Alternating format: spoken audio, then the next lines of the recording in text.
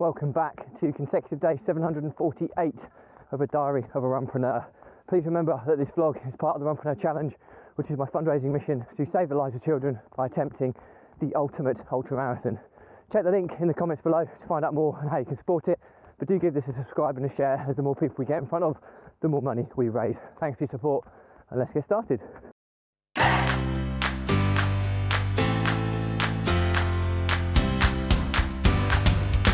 So, consecutive day 748 of a diary of a Runpreneur, and what a whirlwind 24 hours it's been.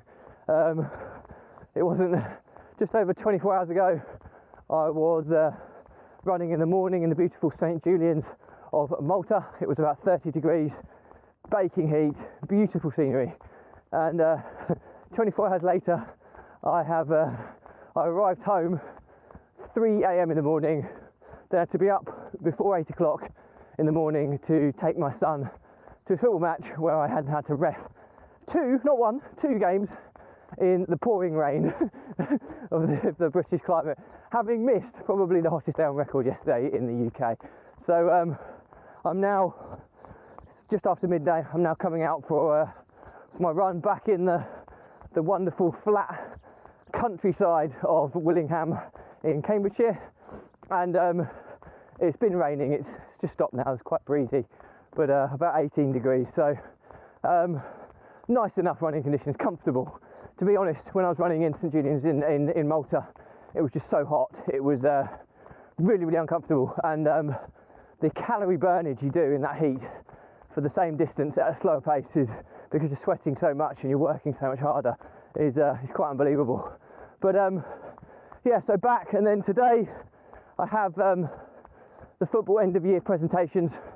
So for my son's team, both my son's teams. So that's this afternoon. So I've got to get back real quick, get ready for that, and then I'm supposed to be helping to give out some awards based on helping the two teams that I'm involved with. So yeah, that'll be a cool afternoon. And then if I'm not already super tired from coming home, travelling late last night, we've then got a party, a 40th party for a good friend, Natasha Benedetti, this evening. 80s themed, so my wardrobe's pretty dated, so it's probably quite 80s anyway. So I'll put something on to denim on denim maybe, and yeah, it'll be a cool evening to celebrate her 40th. I think there's a bouncy castle and stuff for kids as well, so it'll be a real cool day. So it's straight back into the thick of things when you've come back from a lovely relaxing break. But interestingly, well, not interestingly, but yesterday coming home, we had another full day in St. Julian's yesterday, which was lovely, and we had a late flight back, 9:45, but the flight was delayed by an hour, which doesn't help. But then coming back into the UK, they've tried to go all kind of electronic with passport control, and the passport control machine is just so glitchy, and I kid you not, there was probably a couple of thousand people arrived from various flights at a similar time, and I've never seen passport control like it. It was outrageous. I mean, they basically zigzagged this queuing system in a massive area, which is passport control at London Stansted, and you walk all the way, so it looks as though you're only probably a few meters away from actually where you do it, but you have to zigzag so many times. I'll kid you not, we probably walked not far off a mile in that room, just zigzagging in the queuing system, and it was so slow and delayed, so I ended up not getting home until gone 3 o'clock this morning. So I'm pretty tired, could do without running today, but you know what, I didn't sign up to have days off, so I'm out today. The good news is my calf strain. I had a minor calf tear in Malta, based on running in all the hilly terrain over there, and it feels quite good today. So I'm hoping that I've managed to run through that nice and slowly, just to ease the blood flow through it, and I'm not feeling it whereas I was over in Malta. So fingers crossed that's on the mend. But yeah, so that's pretty much it. I'll tell you what was quite interesting. Whilst I was away on holiday, I also did quite a lot of reflecting on things, on where I'm in my life and all of this side of things. And me and my wife were trying to talking about stuff, and you know, we're 14 years married this year, and I think we've been together over 20 years now. So it's over half of our lives we've spent together, which is really, really cool. And it's all the things we've done together, but you can sometimes forget. And did a lot of reflecting, which was really nice to do, but also got a chance to experience what life could be like in the future, because you know, I work from home, and we were just chatting that there's no reason that come the future that we can't, obviously we've got young children at the moment, but kids get a bit older and stuff, there's no reason why we can't spend more time abroad, kind of split our life travelling and stuff. As long as I've got my laptop and an internet signal, I can work from anywhere in the world. And do you know what? I did maybe an hour or two a day out there on the sun lounger with my laptop, and it was through choice. I didn't have to do it, but I just felt, because I'm quite a restless person, I don't generally like laying around sunbathing all the time, and although I did do a lot of that, I like to be doing stuff, whether it's reading or researching, so I just picked the laptop open for an hour or two most days, just through choice really, and did very little, but just kept on top of things. And it made me think that, you know what, this is really achievable, to be able to spend more time away and still keep on top of things and work, and it still feel like a really relaxing break. So that's food for thought. And the other thing that was probably a real highlight of the trip is one of my closest friends from university days. We did some property investments together that went wrong, and as a result the relationship went south, and I've talked briefly about this in historical vlog episodes about, you know, business and money is just not worth it. You know, friendships, you know, are invaluable in life, and if you get a good friend, a really good friend, and this person really was, and hopefully still is, a really good friend, business and money and stuff like this, it's not worth the risking a friendship, because you know what, stuff goes wrong in business all the time. Money can be earned or can be lost in a heartbeat, and you know, you can always, well, hopefully you can always recover in business. Even if you go worst case scenario and you go bankrupt, what you learn through that process you can still pick up and go again.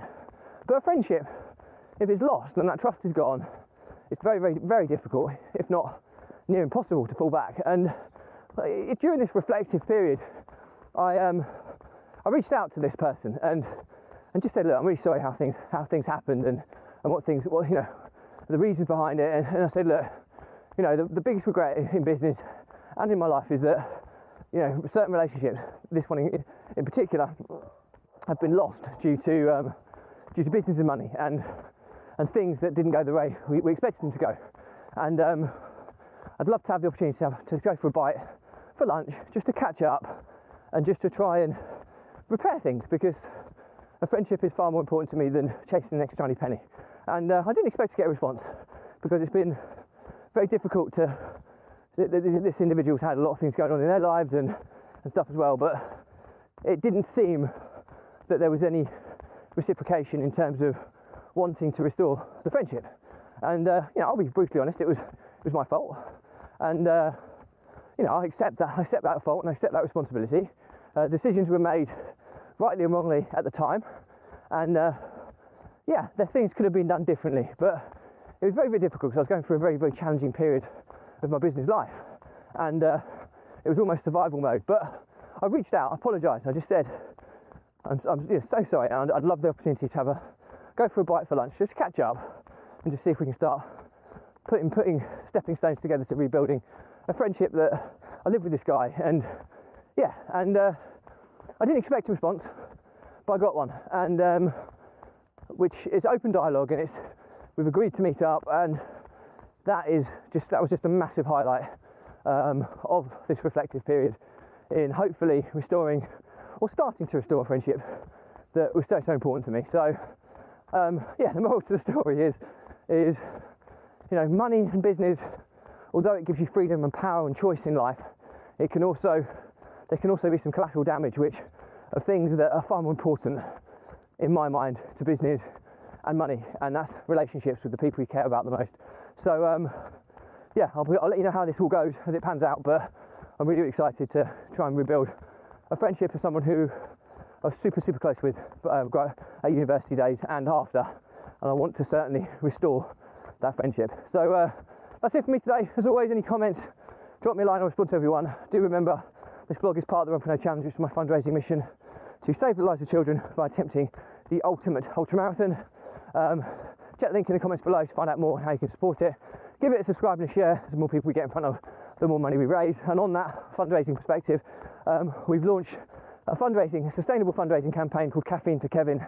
The idea behind it is if you can donate just the price of a cup of coffee just once a month, £1, £2, £5, or an amount you won't notice leaving your account. That's the sustainable part of it.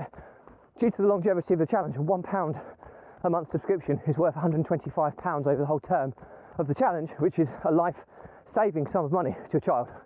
£2, £250, £5, £625, huge sums of money, and they genuinely will save the lives of children who need it the most. So, and we've called it Caffeine for Kevin. I'll never get to drink those coffees because all of the proceeds go to charity, but it'll still give me that same caffeine boost, seeing that money coming in every day of every month.